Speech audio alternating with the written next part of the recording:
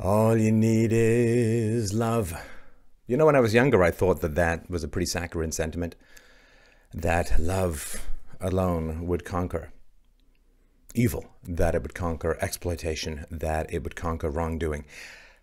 I am leaning more towards that formulation at the moment. I'll tell you why. So this is regarding America, federal government, $20.4 trillion in debt. So over the past 10 years, America's national debt been growing at a rate of more than $100 million an hour. Each American citizen's share of the debt over $60,000. Family of five, your share is more than $300,000. If you throw into the $20+ trillion of government debt, you got $6 trillion of corporate debt, nearly $13 trillion of consumer debt. This is a massive debt crisis. I mean, you can't have debt grow faster than personal income at an individual level or GDP at a national level. It's going to burst. And the way that it works in terms of the bursting is the middle class gets shaved down. Back in 2015, in America, the middle class became a minority of the population for the first time ever. But don't worry, all of that immigration from the third world totally going to boost everybody's economy. And it is astonishing. It is astonishing. Young people who can't get started. You know, it's not so much failure to launch as it is nowhere to land. Retirees who can't afford to retire. We've got wage stagnation that's been going on for decades. Inflation that's higher than the actual reports. Massive inequality, of course, as the middle class gets hollowed out. The extremes tend to take over. And it's pretty ghastly. According to the Washington Post, the middle class is people between $35,000 and $122,500 a year. But the bell curve is pretty much towards the lower end. There's very few near the top of that. $100,000 a year is on the middle class spectrum, but barely. 75% of US households make less than that. Now, in terms of inequality, it's pretty stark. In the 1970s, the bottom 90% of income earners brought home more than 60% of the nation's income. But recently that number has fallen below 50%. And that is a pretty tragic situation. We're just talking about immediate debt, right? So there's deficits, which is the gap between taxes and spending in any current year. There is the accumulation of deficits, which is the debt. And we focus on those, but the real issue is what are called the unfunded liabilities. And these are certain and often specifically legal and pretty much irrevocable promises that the US government has made to people who are retiring or who are going to cash in bonds in the future and so on. And this is truly astonishing. This is according to Boston University professor Larry Kotlikoff. The fiscal gap over the next 75 years, the gap between what the government has promised, not new promises, just existing promises, and its income, over the next 75 years in the US, the fiscal gap is $210 trillion. And that might as well be 11 billion, quillion, dillion. I mean, this is a made-up number. $210 trillion. And that is the true indebtedness, right? All the promises made for spending obligations, including defense expenditures, subtract all the taxes expected to be collected. The difference is $210 trillion. And of course, people aren't talking about this because that would indicate such a substantial change in the American political system that it would be unrecognizable in the past, in the future. It would be unrecognizable between what was and what is to come. Such a transition would need to occur. That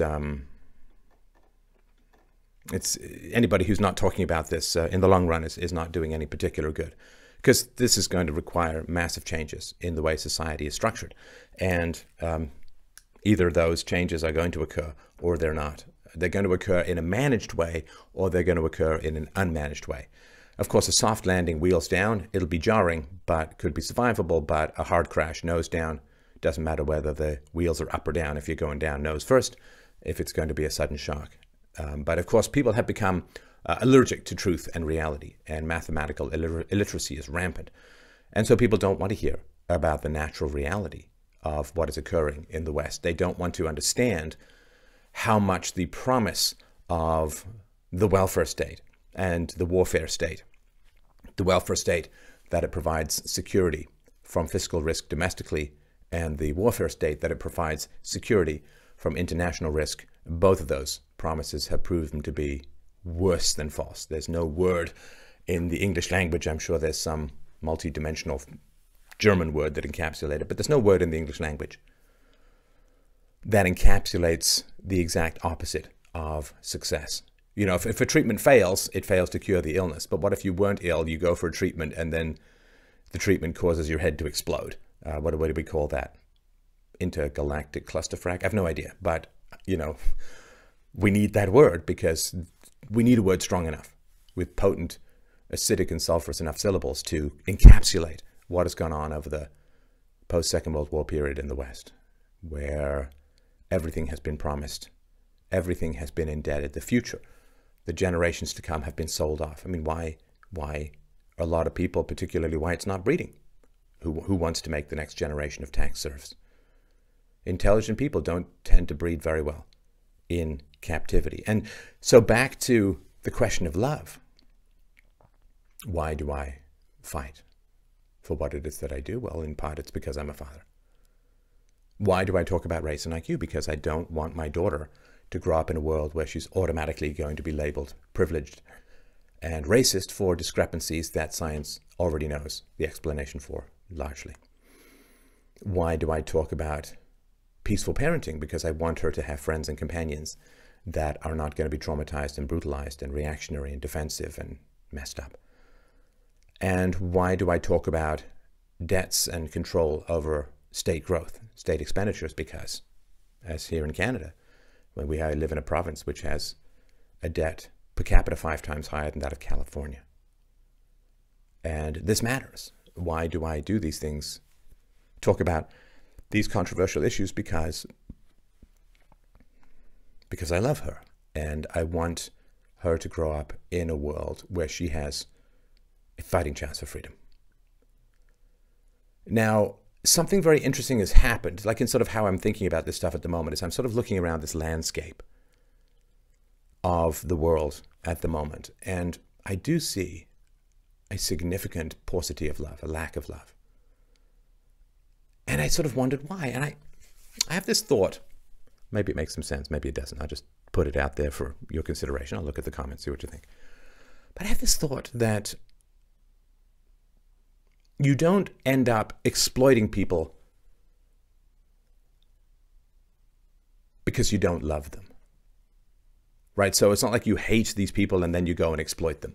I think what happens is people sell you this soft exploitation, which makes you addicted to exploitation. And then you end up hardening your heart against your victims in order to keep the unjust bribery that you already received. So for example, like when the old age pensions, Social Security, was first put in place, the people who first got it had paid nothing fundamentally into it. And so they got free money. And then that was great, because then you didn't have to give money to your aged parents. You could use it to boost your own real estate holdings, to save, to invest. And so the boomers got a big boost because it was a debt-based system from the very beginning. I mean, when you started off the old age pension system, nobody had paid into it. So by definition, it had to be. You either had to reduce services, which they never do. Of course, they never want you to make a rational decision about, okay, this is what you want to spend. What do you want to cut? It's always just like, woohoo, free stuff, right? I mean, of course, if you're a politician and that's the state of the voters' mindset, you can't really do much to fight it. I mean, even Trump, who his favorite book, I think, is The Fountainhead, like mine, he's not talking about cutting any fundamental entitlements. And of course, it would be a very, very difficult thing to do through Congress. So you get free stuff. And then what happens is, at some point, we are wary of free stuff. All immorality in many ways is a thirst for the unearned. But when you are corrupted by free stuff, the government hands you things, deep down that you're preying on other people, that you're preying on the productive, and in particular that you're preying on the unborn. I mean, there is the direct abortion of the fetus, and then there's the economic crippling of the fetus through using that fetus as an object to buy votes in the here and now, through using it as a future tax serf, literally significantly enslaved to foreign bankers in general, for the sake of buying votes in the here and now. Can you really care about the next generation when they're used as economic pawns for those seeking power and those seeking money to delude themselves into believing that they're doing anything other than pillaging and economically destroying the unborn? You know, the unborn don't vote, children don't vote, which is why children end up in basically economic gulags called government schools. They don't vote. Now, teachers' unions, they vote, teachers vote, so the system serves them, but it doesn't serve the children. And the parents are forced to pay for it, so they don't have much of a say, although they could if they wanted, if they were motivated by enough love. If we loved our children, could we really support and often viciously defend a system that enslaves them, that stuffs them into terrible schools? Could we support a system that dilutes culture with endless waves of third world immigration, with no plan for assimilation, no plan for how it's all going to work? Could we? I don't think we could. I think that really it comes down to a lack of love. What are you willing to fight for your children?